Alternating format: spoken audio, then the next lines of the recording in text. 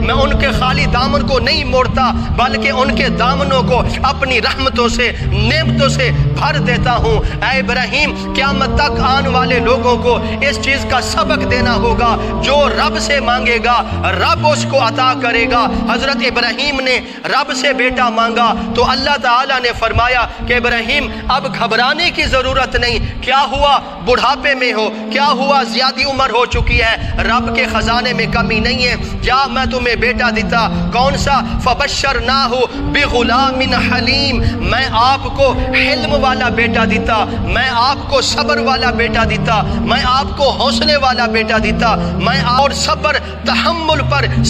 ثابت قدم رہنے والا بیٹا عطا